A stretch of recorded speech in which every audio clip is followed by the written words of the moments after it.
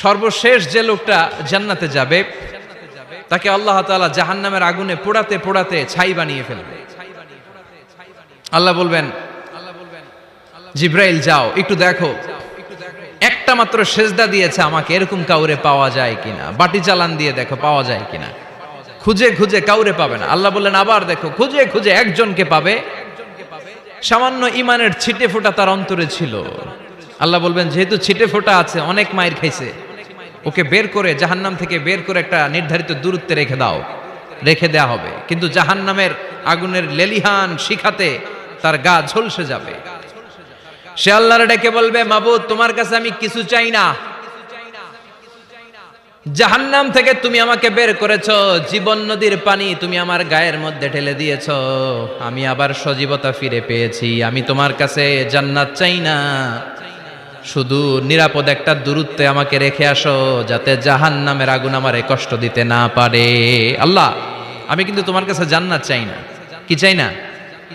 জান্নাত চাই না, কিন্তু জাহান্নামের আগুন আমারে কষ্ট দিচ্ছে, এতটা দূরত্বে রাখো যাতে জাহান্নামের আগুন আমার গায়ে না লাগে। আল্লাহ বললেন ওকে রাখবো, কিন্তু আমার সাথে একটা কন্ট্রাক্টে যেতে হবে, যে এটা তোমাকে দিলে তুমি আর নতুন করে কিছু চাবা না। সে বলবে আমি রাজি, কন্ট্রাক্ট হয়ে যাবে। আল্লাহ জিব্রাইলরে বলবেন যাও এমন দূরত্বে রাখো যাতে জাহান্নামের আগুন ওরে কষ্ট না দেয়। রেখে আসা হবে, অনেক দিন সে ওখানে আনন্দে থাকবে, আল্লাহ শুকরিয়া করবে। সে মনে মনে বলবে বেঁচে গিয়েছি, আমি বেঁচে গিয়েছি, জীবনে আর কিছু চাই না, জাহান্নাম থেকে আমি বেঁচে গিয়েছি।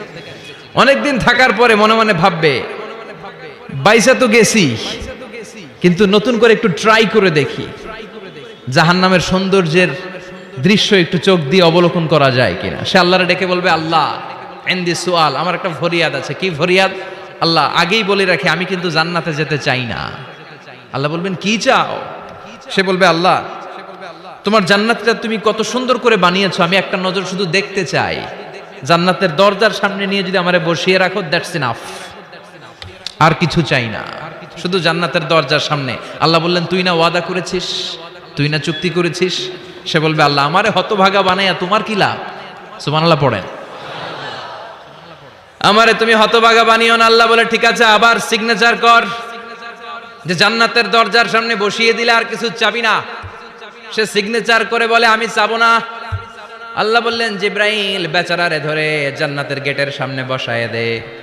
এবার জান্নাতের গেটের সামনে বসে বসে জান্নাতের সৌন্দর্য দেখা শুরু করবে। সুবহানাল্লাহ। এমন সৌন্দর্য যেটা চোখ দিয়ে কেউ দেখে নাই, কান দিয়ে শুনে নাই, ওই সৌন্দর্য চোখে দেখে, কান দিয়ে আওয়াজ শুনে মাগার ভোগ করতে পারে না।